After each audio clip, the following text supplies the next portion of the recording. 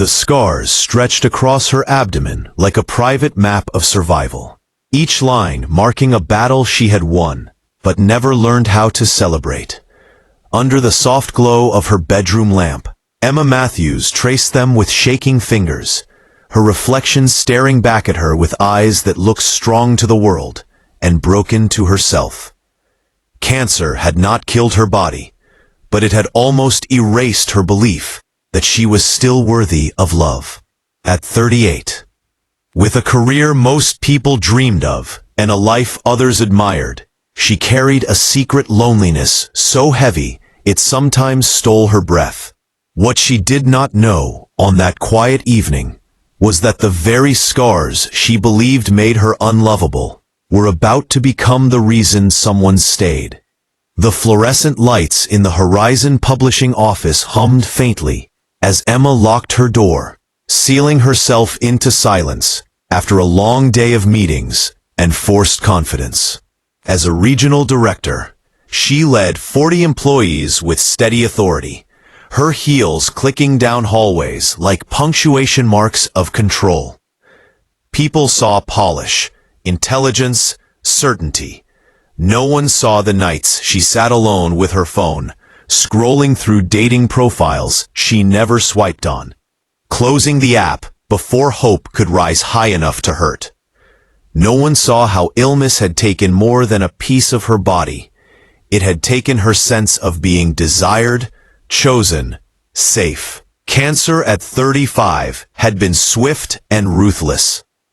The surgery had saved her life, but the words of the surgeon still echoed in her mind, explaining survival in clinical terms while warning about scarring as if it were a small inconvenience. 3 years cancer-free was supposed to feel like freedom. Instead, it felt like standing on the edge of something she could not cross. 2 relationships had ended the same way, right when closeness approached, right when questions became glances, and glances became expectations. Both men had tried to be kind. Both had quietly stepped away, and each time, Emma had told herself she understood, while something inside her slowly learned to expect abandonment. A knock at her office door broke the stillness.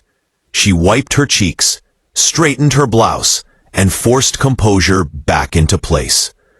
When she opened the door, she found Jack Reynolds standing there with a toolbox in his hand, his posture relaxed, his presence calm. He was the building's maintenance manager, new enough that Emma only knew fragments about him. Efficient, quiet, a single father, widowed. There was something about him that made her feel seen in a way that unsettled her, as if his eyes noticed more than her title. He explained about a rattling heating vent, speaking simply, without rushing, and she stepped aside to let him work. As he moved around the office, adjusting metal and checking screws, Emma noticed the contrast in him. His hands were strong, worn by years of fixing broken things, yet his movements were gentle, precise, careful. He looked like a man who understood fragility because he had lived with it. She asked about his daughter, remembering the photo she had seen on his desk, and when he spoke about Lily, his voice softened in a way that told its own story. 11 years old, curious, brilliant, the kind of child who filled silence with questions. When Emma awkwardly realized she was asking into territory that might hurt, Jack did not retreat. He spoke openly about raising Lily alone, about how most people avoided the subject altogether, as if grief were something that could spread by contact. That was when Emma felt the connection shift from polite to real. She told him how people treated illness the same way, how they avoided it out of fear, how silence could be lonelier than any diagnosis. There was understanding between them that did not need explanation. When Jack finished fixing the vent and turned to leave, he hesitated. He asked her, simply and nervously, if she might like to join him and his daughter at a food truck festival after Lily's science fair. It was not grand or dramatic, just an invitation wrapped in sincerity. Panic rose instantly in Emma's chest, reflexive and cruel. She declined before thinking. Using the old defense that had protected her from disappointment for years. But something broke open inside her the moment she said it. 3 years of loneliness, of pushing people away before they could see her scars, crashed down all at once. She told him quietly that it was not about him, that no one truly wanted her. And when he looked at her with confusion instead of agreement, she felt the last wall collapse. She showed him the beginning of her scars. Not fully, just enough to reveal what she believed defined her. She braced herself for the familiar reaction, the polite pause, the excuse, the emotional exit. Instead, she felt his hand on her shoulder, steady and warm, grounding her in the moment. He did not move away. He did not look at her with pity.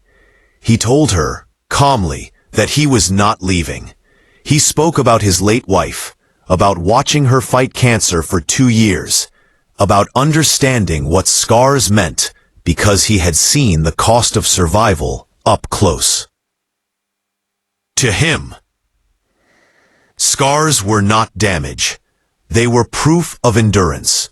For the first time since her diagnosis, Emma felt something other than fear flutter in her chest. Not certainty, not safety, just possibility. She accepted the invitation. The food truck festival was alive with music, laughter, and motion, and Emma felt strangely nervous walking through the crowd with Jack and Lily. Lily's excitement filled the air as she proudly showed off her science fair ribbon, her words tumbling out faster than her steps. Emma watched Jack interact with his daughter, patient and playful, and realized how long it had been since she had been around something so genuinely joyful. Lily noticed everything. She asked direct questions, made honest observations, and spoke truths without hesitation. She saw loneliness the way adults pretended not to. When she asked Emma if she was lonely too, the question landed gently, without judgment, and Emma realized how rare it was to be seen without feeling exposed. For the first time in years, she answered honestly.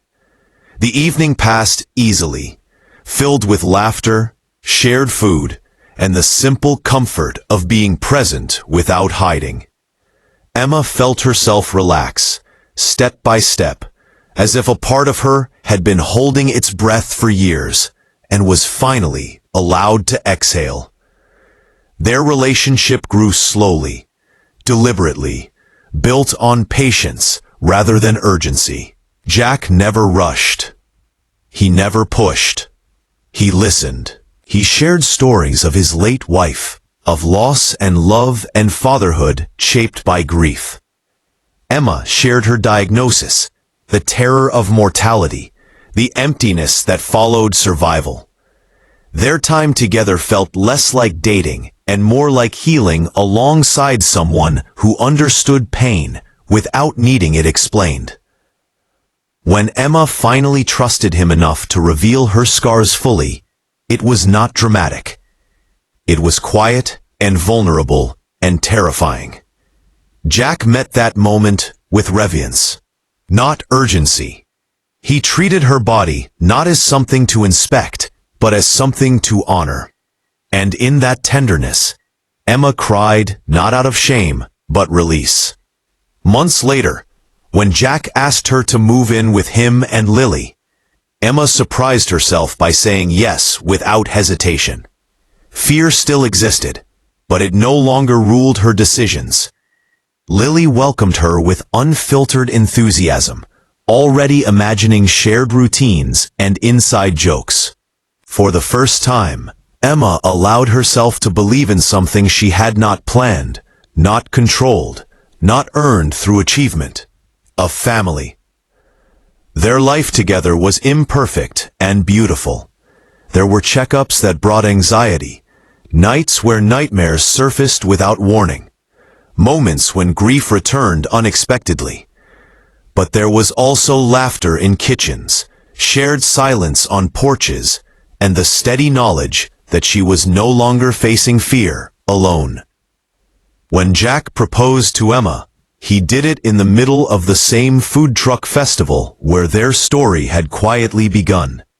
He spoke of scars as transformation, of pain becoming something precious, of love that did not require perfection.